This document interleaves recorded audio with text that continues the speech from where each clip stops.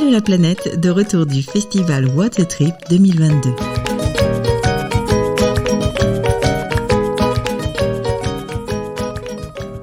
Donc nous sommes présents au festival Water Trip à Montpellier pour cette 6e édition, donc qui a lieu du 22 au 25 septembre. Et c'est avec grand plaisir que nous réalisons des interviews donc avec le studio mobile d'Allô la planète. Et aujourd'hui nous avons le loisir d'avoir Sophie Bachelier avec nous, avec, que je n'écorche pas le nom, Yankuba Badji, je l'ai bien dit. Yankuba, voilà, très joli. Donc ils sont venus présenter un film, donc Tilo Koto, et dont nous avons eu de très très beaux retours. En tout cas, émotionnellement, vous avez touché énormément de monde et nous sommes ravis de vous avoir ici. Merci, nous sommes ravis d'être là aussi. Alors Yankuba, je ne t'entends pas très bien. Est-ce que... oui. Voilà. Je voyais pas le... C'est off, ouais. Oui, c'est mieux. Voilà. J'ai une première question pour Sophie. Quel est ton parcours ? Est-ce que tu es dans le documentaire, dans le film de voyage ? Mon parcours, il est... Alors, j'ai fait les arts déco à la Villa Arson à Nice et ensuite à Paris, rue d'Ulm. Et j'ai aussi fait un DESS d'ethnologie après. Voilà. Et au départ, je suis photographe. Et mais j'ai fait des images aussi. Depuis que je suis petite, en fait, j'ai une petite caméra. Et dès qu'il y avait un voyage avec l'école, je partais et je ramenais des images, des photos et des films Super 8 à l'époque. Donc c'est une passion qui date d'il y a très très longtemps. Et alors, avant ce film, tu en as réalisé d'autres ?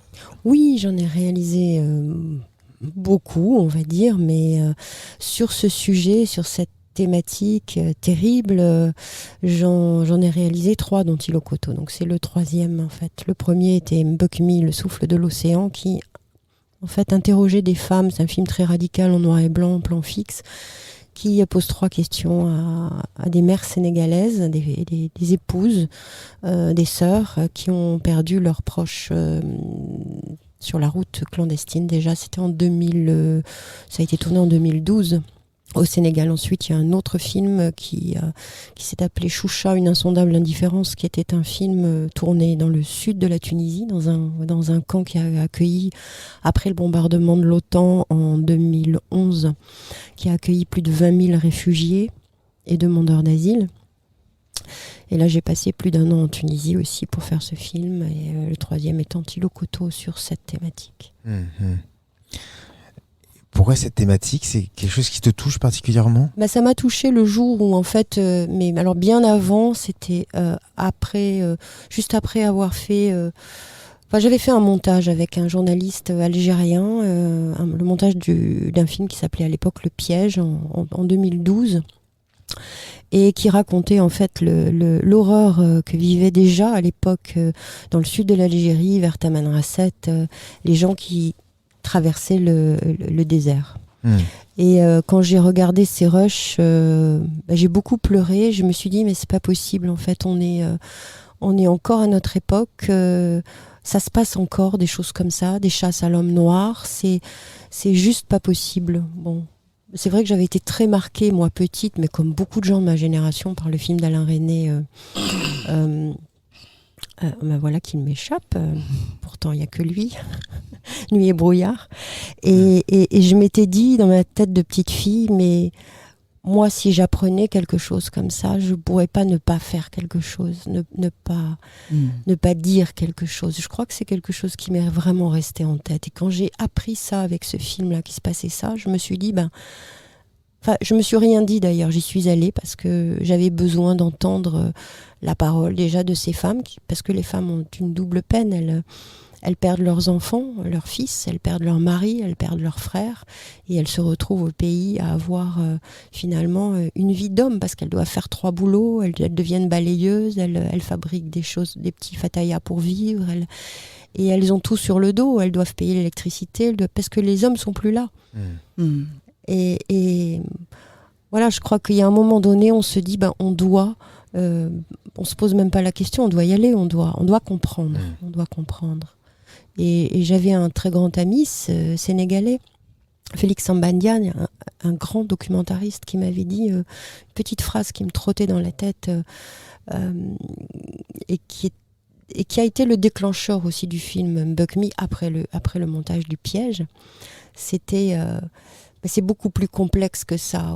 Tout le sang jeune de notre pays fout le camp dans l'océan et va se diluer dans les eaux de la Méditerranée ou de l'Atlantique. Et il me disait, il n'y a pas la guerre, il n'y a pas la famine au Sénégal. Enfin, il n'y a pas la guerre, si. Il y avait déjà la guerre en Casamance, d'ailleurs. Mais il me disait, c'est un problème très complexe, cette affaire. Et c'est finalement à la recherche de cette complexité que je crois que je suis partie tourner. Et alors, vous êtes rencontrés comment ? On est rencontrés, Sophie et Valérie, on s'est rencontrés en Tunisie, dans le sud de Mekdine, en Tunisie, dans un centre de réfugiés qui s'appelle le centre Al-Hamdi de la Croix-Rouge tunisienne. Après que moi j'avais fait 4 voyages et 4 échecs, et finalement je me suis retrouvé dans ce centre-là parce qu'on avait fait 4 jours de voyage et on n'avait plus d'essence. Le seul moyen de continuer le chemin du voyage, c'était avec les vagues. Donc ce jour-là, c'était le principal jour que l'Union européenne avait décidé de balayer tous les bateaux de secours dans la Méditerranée pour venir trouver des consensus en Italie. Donc nous, ce jour-là qu'on était arrivé en pleine mer Méditerranée, il n'y avait plus d'essence, il n'y avait rien. Donc finalement, on a eu l'occasion de rencontrer des pêcheurs espagnols qui nous ont dit tiens, on va appeler SOS Méditerranée pour vous. On était tous contents pour dire que on va plus se retrouver à Libye. Et finalement, non, c'était le contraire, on s'est retrouvés en Tunisie. Donc on était dans ce centre-là, qui était un tout petit centre de 4 étages.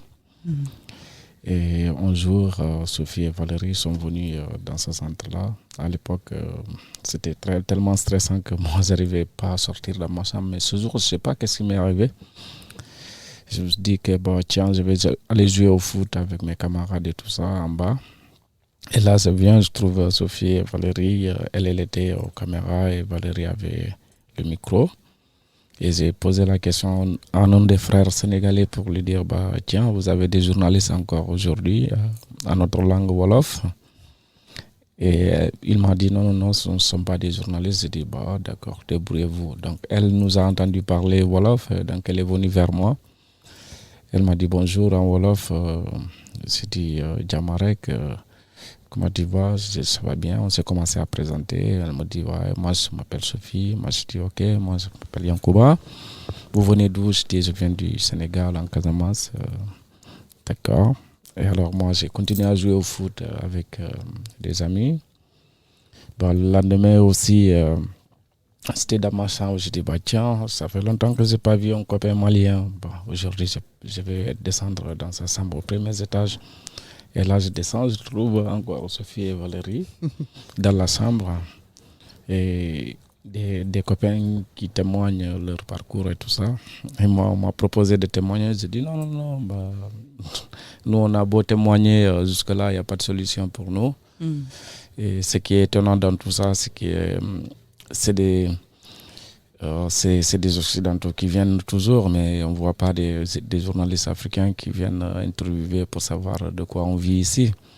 Donc maintenant, je pense que tous les témoignages que j'ai faits, ça suffit, quoi. Parce qu'à l'époque, j'étais un peu fâché. L'un des journalistes qui était venu dans ce centre-là, parce que nous, on ne savait pas, on ne sait pas si on va continuer le chemin ou pas. De dire ne mentionne pas mon nom, ne dit pas tu peux changer mon nom et tout ça.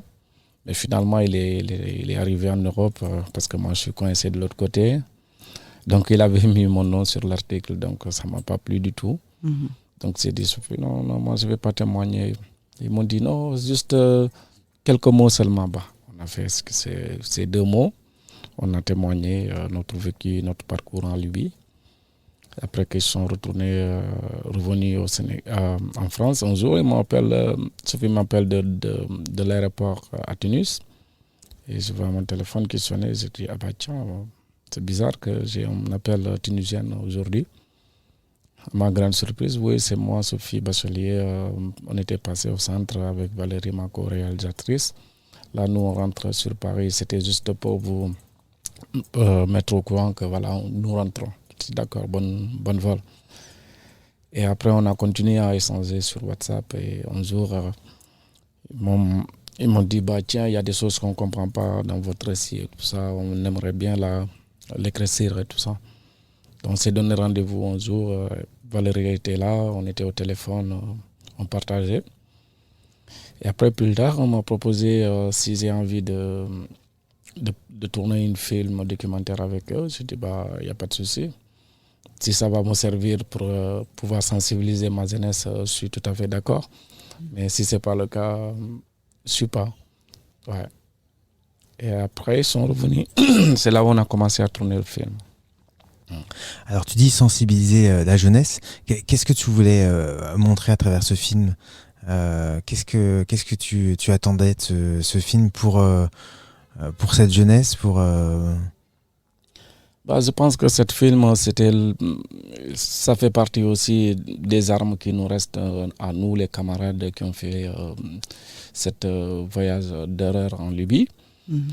Et aussi, ce film, nous, sensibiliser la jeunesse, ce n'est pas dire à la jeunesse de ne pas voyager. Il faut qu'on soit clair dans ce sens-là. Parce qu'en fait, aujourd'hui, je pense qu'au XXIe siècle, tout le monde a le droit de voyager.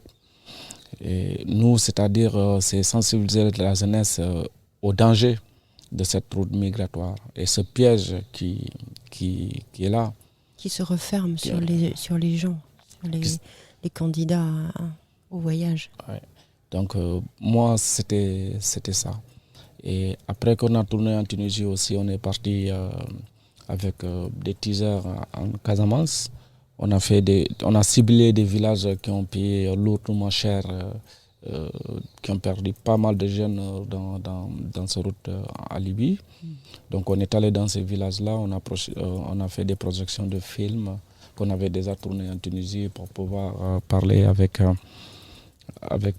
les villageois. Il y avait d'autres même qui avaient même préparé le voyage de leurs enfants, qui ont annulé après que nous on est passé, pour dire qu'ils ne savaient pas. Et effectivement, ils ne savent pas parce que c'est pas beaucoup parlé dans nos médias à l'époque comme aujourd'hui, parce qu'aujourd'hui, les médias commencent à voir que c'est nous-mêmes, les victimes qui viennent, qui racontent leurs histoires à la jeunesse. Donc, ils n'ont pas autre choix que de le montrer maintenant. Mais à l'époque, ce n'était pas le cas, parce que si c'était le cas, moi-même qui vous parle là, je ne serais jamais en Libye. Je ne savais pas ce qui s'est passé à Libye, parce que les gens qui arrivent à traverser la Méditerranée, ils étaient dans le silence. Donc pour moi, de rester dans le silence, c'est comme si tu es coupable. Donc je ne suis pas coupable, je suis qu'une victime. Donc c'est pour cela que j'ai envie de partager cette périple, même malgré c'est difficile à raconter, mais il faut la partager pour pouvoir sauver des vies, ou sauver des gens qui ne sont pas encore rentrés dans ce centre de guerre qui est en Libye, qui est devenu catastrophique. Donc pour moi, c'est l'essentiel en fait. Ouais.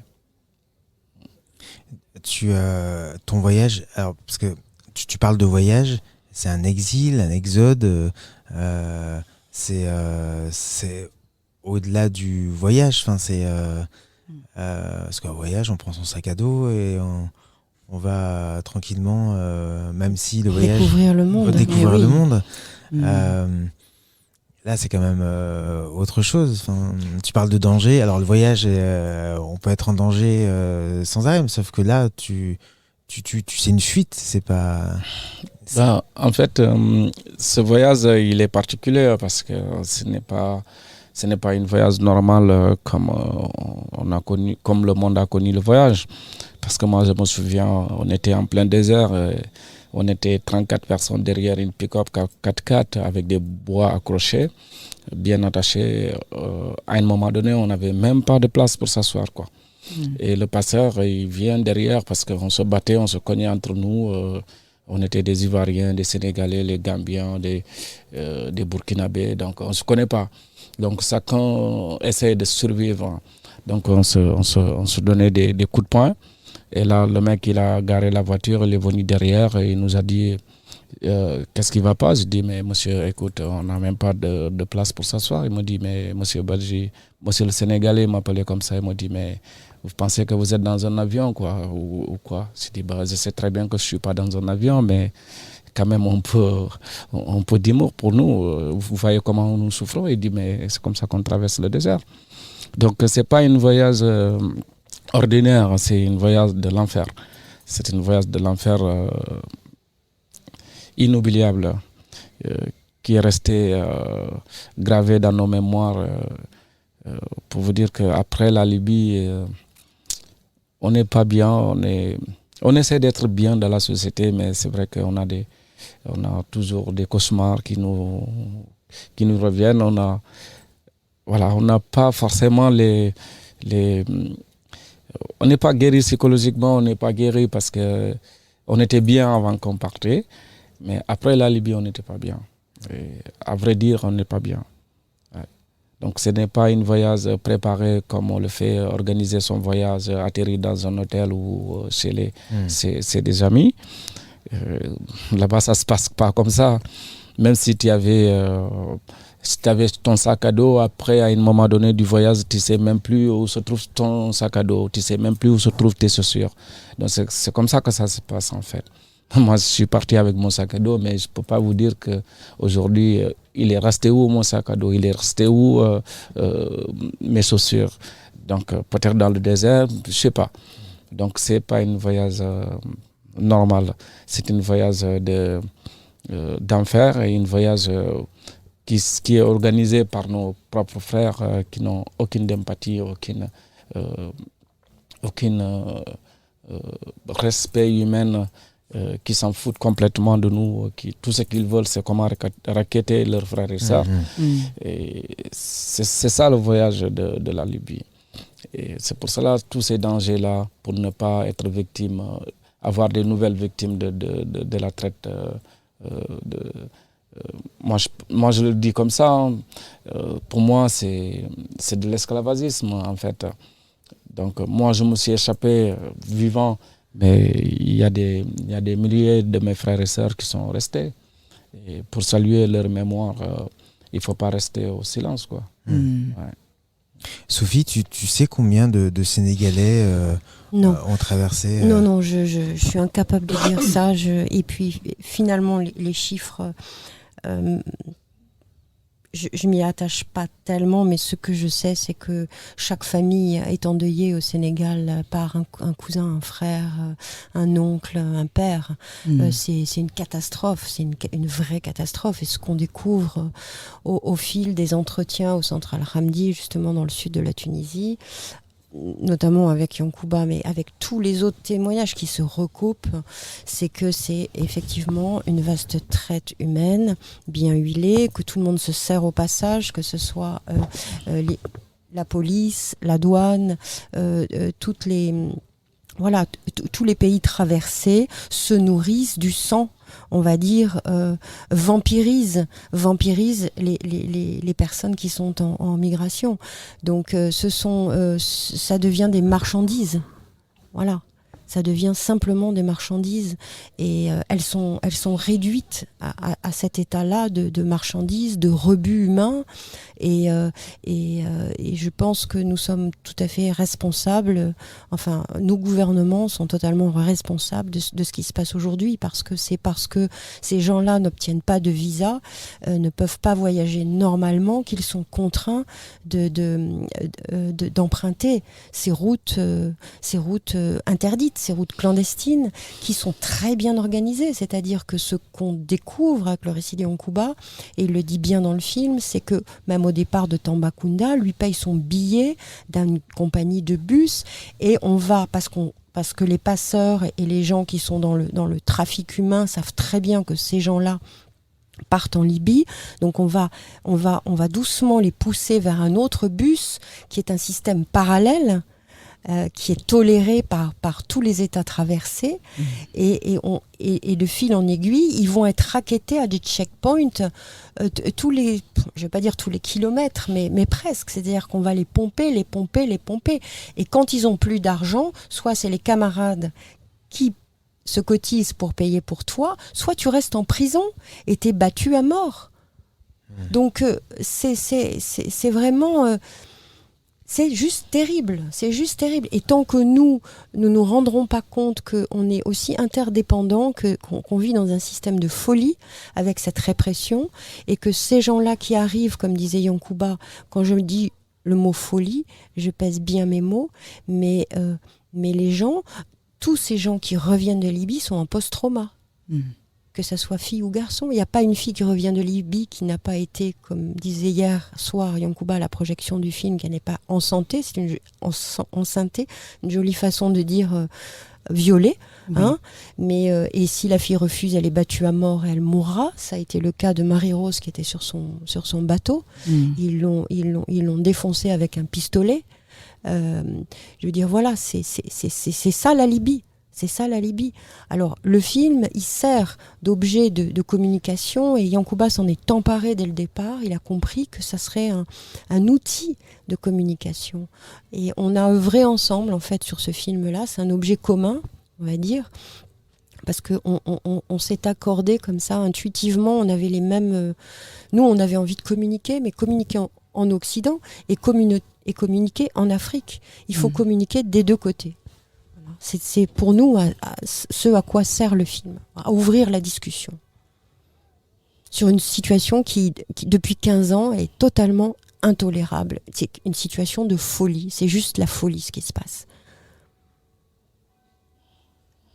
Alors moi j'admire aussi à travers les propos, les retours qu'on a eu hier, justement pour dénoncer, pour montrer tout cet enfer, comme dit Yankuba, les moments, en fait, cet équilibre, si on peut dire, entre les images, les temps de silence qui sont largement suffisants justement pour laisser reposer un peu la parole, parce que si vous voulez, les témoignages sont tellement durs, l'histoire est tellement dure, que si vous assénez le spectateur avec soit un commentaire, soit des choses, soit des images qui sont trop violentes, il fallait des moments de poésie, des moments de silence pour pouvoir digérer ce qu'on entend, reprendre son souffle, parce que sinon c'est impossible. C'est juste impossible. Moi, en Tunisie, j'ai tas d'amis qui m'ont envoyé des images.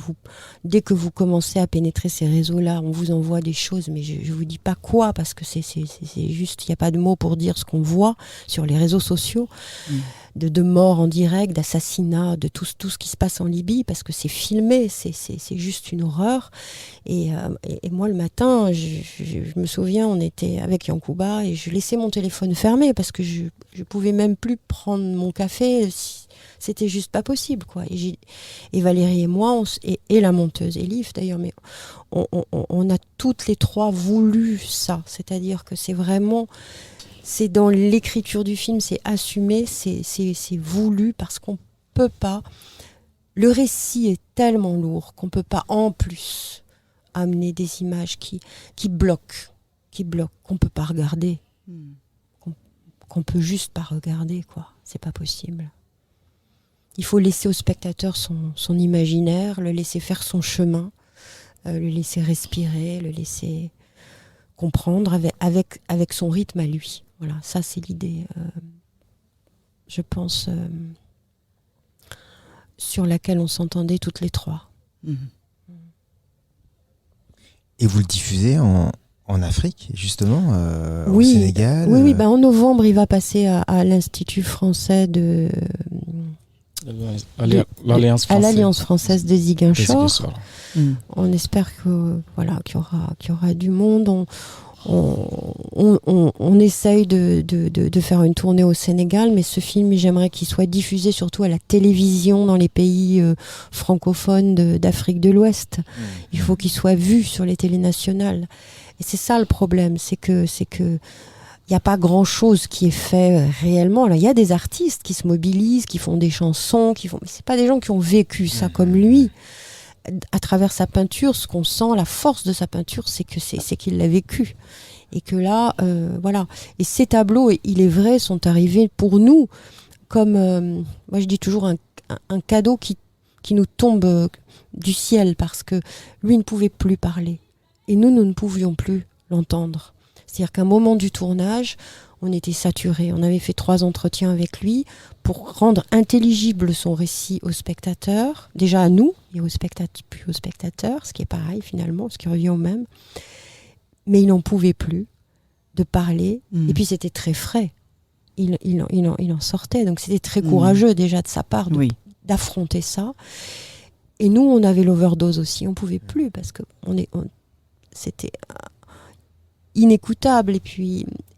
Et Yankuba, à un moment donné, quand on rentre en France, me dit, écoute, si tu veux, je peux raconter des choses avec ma peinture. Et c'est là où, pof, on s'est dit, mais quel cadeau. On repart en Tunisie, tourner la peinture. Yankuba en train de créer, sur le chemin, en train de créer. Et c'est ça, je crois, qui a fait la force des choses, en fait, qui nous a sauvés aussi qui nous a offert ces plages alors de poésie, je sais pas, parce que ces tableaux sont très durs, mais encore une fois, on a voulu utiliser, entre guillemets, enfin, le tableau, on voulait pas se promener dedans avec la caméra et imposer un autre regard sur la toile au spectateur, mais on a laissé le tableau, mais vraiment comme une œuvre entière, et ce sont les yeux des spectateurs qui peuvent s'y promener à leur rythme. Il y a un temps, voilà, de silence avec une. Et là, Éric Neveu a fait une bande son qui est le musicien, l'auteur de la bande son, compositeur, et qui est quelqu'un qui travaille beaucoup sur les films de Rachid Bouchareb, qui a été aussi notre producteur.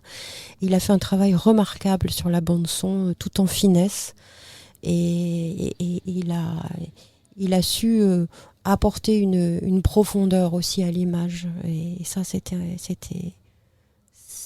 très bien fait.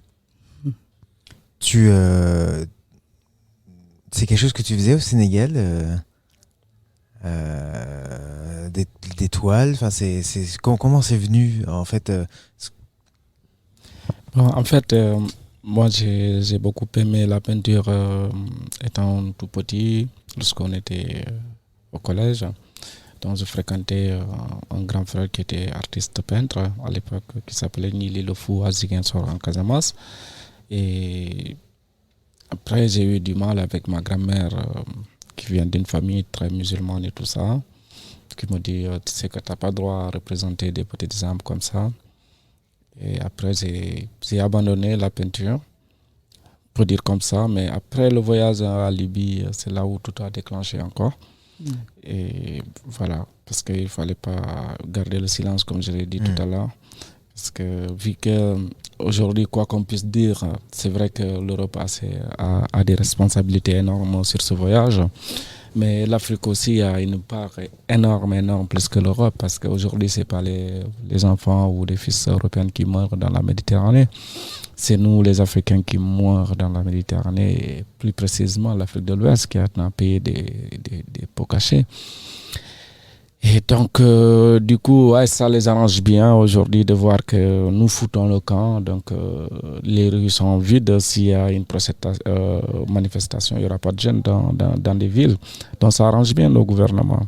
C'est pour cela qu'ils n'en parlent pas, tu vois. Et aussi, voilà, aujourd'hui, cette affaire, si ça trouvait que c'était leurs enfants qui prenaient la route, je pense qu'on n'en parlera plus parce que ça devait être terminé. Donc la seule arme que nous on a aujourd'hui pour affronter ce système de banditisme qui se dit ou nommé des États, c'est la peinture, c'est nos pinceaux qu'on a.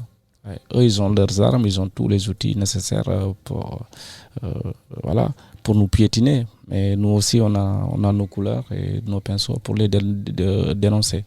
Voilà, c'est la seule façon. C'est un moyen d'expression. En fait, oui, avec la peinture, on arrive à dire des choses qu'on a à dire sans pouvoir faire la violence. Parce que eux, ils sont violents, Donc nous, si je dis eux, c'est nos gouvernants. Nos gouvernements, ils sont hyper violents avec nous. Ils s'en foutent qu'on vit ou pas, c'est pas leur problème. Tout ce qui compte, c'est leur pouvoir qui compte. Donc nous, on ne va pas les suivre dans la violence. Tout ce qu'on pouvait faire, c'est de les dénoncer. Partout où on passe, où on a la possibilité de prendre les micros, il faut les dénoncer. C'est des bandits d'État. Ce ne sont pas des gens qui nous représentent, nous. Parce que des problèmes aussi sérieux depuis 2011 jusqu'à nos jours, qu'on continue à raconter les mêmes problèmes. Jusqu'à nos jours, les bateaux continuent à traverser la Méditerranée. Il n'y a pas de solution qui est venue de la part des Africains. Donc c'est irresponsable de leur part. Pour moi, cette route, il faut l'arrêter immédiatement parce que c'est de l'esclavage moderne. Quoi qu'on puisse dire, aujourd'hui, c'est nous qui payons les pots cassés, c'est nous qui subissons les violences en prison, c'est nos sœurs qui sont violées en Libye, que ce soit sénégalais ou pas, mais tout simplement parce que c'est des sœurs africains. Et si c'était d'autres peuples aussi, on dénoncera comme ça pour dire qu'on n'est pas d'accord de ce qui se passe à Libye aujourd'hui. C'est pas parce qu'on a eu la possibilité d'être en Europe aujourd'hui. Non, moi j'avais pris mes décisions depuis la Tunisie pour rentrer chez moi, aller sensibiliser cette jeunesse. À l'époque, je ne savais même pas que je serais en France un jour. Donc c'était une responsabilité de ma part de pouvoir apporter mon soutien dans ce combat-là. Pour moi, c'est un combat. Et ce combat-là, tant que ça continuera, nous, on va le dénoncer. Et même si c'est terminé ce voyage à Libye, ce voyage de l'enfer, on va continuer à dénoncer pour que nos enfants qui vont venir dans le futur savent que voilà ce que nous avons traversé. Ce n'est pas du tout logique. Parce que moi, j'étais étonné. On était invité au festival de Clermont-Ferrand, là où vous avez exposé mes œuvres. Et il y avait des jeunes Africains étudiants qui viennent dans des familles de nos gouvernants en Afrique, pour ne pas citer, qui viennent très arrogantes pour me dire mais vous voyagez comme ça, monsieur. C'était bon, vous n'êtes pas au courant qu'en Afrique, nous, on voyage comme ça pour pouvoir arriver en Europe. Il me dit non. Je dis, mais vous venez d'où? Il m'a dit son pays. De quelle planète? De quelle planète? De quelle planète? Il m'a dit son pays. Et votre père, il est quoi? Il est ministre d'État. Ah d'accord, c'est pour cela, mon frère, que vous ne savez pas ce qui se passe. Il m'a dit, mais à partir d'aujourd'hui, je vais adhérer de ce combat, parce que je ne savais pas ce qui se passe. J'ai dit, bon, mais pour moi, c'est incompréhensible, quoi. Ah oui. Et c'est incompréhensible. Vu qu'eux, ils arrivent à voyager tranquillement, comme toute personne qui a les possibilités de voyager tranquillement, donc ils sont au courant de rien. Donc vu qu'eux, ils sont au courant de rien, nous, on a vécu, c'est pas parce qu'on est informé, on l'a vécu ce voyage-là du Sénégal, de Tambacounda, de Bamako, de Niamey, de Ouagadougou, de Niamey jusqu'à Agadez. On l'a affronté jusqu'à Tripoli, jusqu'à Zabrata. Donc, on a tout affronté, on a tout vécu, on a tout vu. Et on a vu des choses et les choses aussi nous ont vus. Donc c'est pour cela qu'il faut la dénoncer. Et alors ces toiles, donc tu les exposes dans les festivals, mais est-ce qu'il y a pas que. Il a fait une très très belle exposition qui s'appelait Renaître à la galerie Talmart à Paris, dans le Marais, pendant plus de 3 semaines. Alors bon, c'était à Noël et c'était pendant la période de la Covid, donc les gens avaient un peu peur de sortir avant les fêtes pour pas contaminer leur famille. C'était un peu compliqué, mais on a eu quand même un monde fou. Il a même vendu, plus de la moitié des toiles. Non, ça a été une très très belle exposition. Et on est tout à fait ouvert à exposer ces toiles à quelle galerie nous propose. Voilà, que ça soit ici ou ailleurs. D'accord. Est-ce qu'aujourd'hui, au-delà du moyen d'expression, c'est aussi ce qui te permet d'être en France, est-ce que tu vois ton avenir dans ces toiles d'artistes, de peintres? Avant de le laisser répondre, je voudrais quand même préciser qu'il a un métier, qu'il est frigoriste en froid commercial et industriel, qu'il a son diplôme d'État ici en France, qu'il vient de passer, et qu'il a 17 ans d'expérience en Afrique. Donc voilà, il a ce métier-là en plus. Et c'est grâce à sa peinture qu'il a eu son visa talent, qui lui a permis de voyager normalement par avion et d'arriver en France. Alors c'est génial. Est-ce que vous pouvez nous expliquer ce que c'est ce visa talent ? C'est un visa qui est très rare, en fait, qui est très rarement délivré. C'est pour des gens qui sont soit artistes dans différents domaines, soit des gens dont on reconnaît une belle compétence, qui sont donc autorisés à voyager avec ce visa. Alors, on vous donne un visa talent d'1 an ou après 4 ans, et c'est ça qui lui a permis d'entrer en France tout à fait normalement et de survoler la Méditerranée et de s'apercevoir que c'est juste impossible de la traverser en Zodiac. Et alors, comment il a été découvert j'ai monté un dossier. Ouais, d'accord. J'ai monté un dossier avec. C'est la bonne étoile. Avec ses œuvres. En fait, on était. Elle est venue présenter. Elle était invitée dans un festival international. À la Biennale. À la Biennale. Biennale Off de Dakar à Saint-Louis, à l'Institut français de Saint-Louis. Ouais. J'exposais et j'avais ma commissaire d'exposition qui s'appelle Marie de Paris, qui est maintenant devenue aussi la commissaire d'exposition de Yankuba. D'accord. À qui j'ai montré, Yankuba m'avait accompagné, les ai présentés, ils ont sympathisé, ils ont découvert son travail. Le directeur de l'Institut français de Saint-Louis a découvert le travail de Yankuba, on avait fait un joli livret.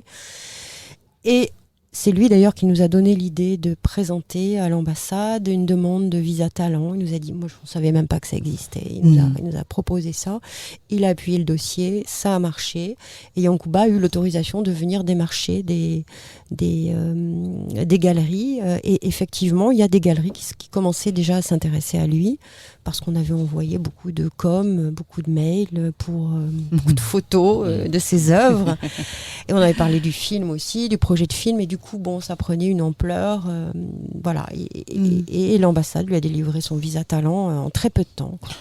C'était très drôle parce qu'on était invité par le directeur de l'Institut français à l'époque de Saint-Louis.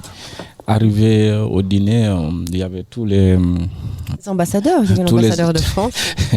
Il y avait tous les ambassadeurs qui sont là. Et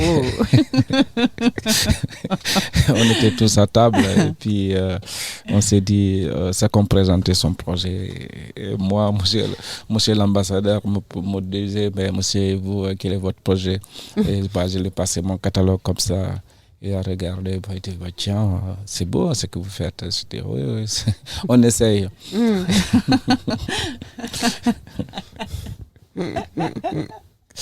C'était très drôle. Oui, c'est un retournement de situation en fait assez étonnant, rare. C'est pas ça qui doit cacher en fait la difficulté d'avoir un visa au Sénégal. Un homme de 40 ans, c'est ce que je disais lors de la projection du film, un homme de 40 ans, un jeune Sénégalais, ne peut pas obtenir un visa. C'est juste impossible. Je veux dire, c'est juste impossible. C'est très très rare. C'est très très rare. Donc on paye, il paye l'argent du visa. L'ambassade garde l'argent. D'ailleurs, ils se font beaucoup de sous avec ça. Ouais. Et ça va beaucoup plus vite en fait d'acheter son visa. Parfois, vous l'achetez à un voyou qui vous pique les sous et qui vous donne pas votre vrai faux visa. Et parfois, vous faites arrêter parce que c'est évidemment illégal. Et enfin, tout ça est très compliqué, mais il y a ça, je sais qu'en parlant avec Yankuba, il nous a dit, mais moi, j'ai même pas pensé à aller demander un visa. Peut-être à l'Angleterre, tu avais pensé, mais tu l'as pas eu non plus. Parce qu'il habitait en Gambie, en fait, à cause de la guerre de Casamance, pendant 14 ans. 17 ans, il habitait en Gambie, donc il est anglophone au départ. Quand on s'est rencontrés, il parlait quasiment plus français. D'accord. Même si son père était instituteur et parlait très bien français. Mais c'est revenu. C'est bien revenu même. Ouais. Mais on Tu essaie. parles très bien, oui. Ouais. Voilà, donc ça a été un vrai retour de situation, quoi. Mm. C'était Aujourd'hui, pour moi, c'est aider nos frères qui sont coincés dans le Maghreb, hein, parce qu'il y a pas mal de jeunes africains qui sont coincés, qui ne peuvent pas faire demi-tour, qui n'ont plus d'argent. Et c'est hyper difficile parce qu'il y a des familles qui ont énormément dépensé, cotisé pour que leurs enfants puissent partir parce qu'ils étaient innocents. Et ça passe ce qui se passe réellement dans ces routes-là. Arrivé en Libye, les familles sont tellement racketées, les enfants n'ont plus d'argent de partir et ils n'ont plus le courage aussi non plus pour revenir. Ça, c'est difficile. C'est aussi les conséquences de ce voyage-là. Il faut être courageux pour pouvoir revenir chez soi. Parce que voilà, moi, la chance que j'ai eue dans ma vie, c'est que moi, j'avais un métier d'abord, et donc j'avais un peu d'argent, donc j'ai pas compté sur personne pour mon voyage. J'ai fait mon voyage tout seul, je dois rien à personne. Donc à un moment donné, je me suis dit, tiens, je suis resté ici pendant 2 ans, qu'est-ce que je fous, quoi. J'ai fait la prison, j'ai fait la traversée de la Méditerranée, 4 fois, j'ai pu failli perdre ma vie. À un moment donné, c'est bon, quoi. C'est bon. La 5e fois, qu'est-ce que ça va devenir? La 4e fois, on a quasiment, nous on peut vous dire, c'était inimaginable pour nous qu'on serait là aujourd'hui, quoi. Parce que 4 jours sans essence, rien du tout, pas dormir, pour nous la vie était terminée. Donc on attend le moment venu que voilà, les autres ont fait leur prière, leur dernière prière, c'est fini, quoi, voilà. Mais certains voulaient sauter du bateau. Enfin, il se passe énormément de choses sur ces bateaux, évidemment. On va pas rentrer dans les détails, mais il y a des paniques, des gens veulent sauter, des gens veulent se bagarrer, d'autres ils deviennent fous, quoi. Ils deviennent fous. Il y a de quoi. Oui.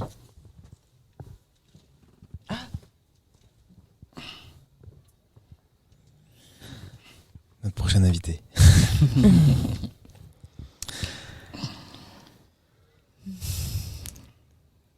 Ça reste toujours difficile. On a à la fois envie de rester avec en silence. vous. Oui, c'est ça.